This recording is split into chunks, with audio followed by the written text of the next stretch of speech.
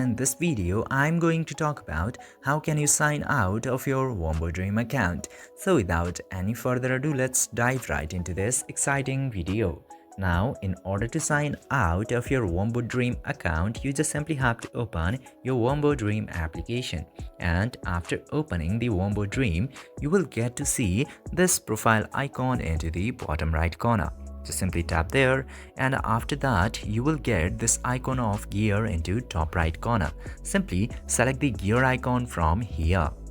Now after coming into this section, you can see all of your information.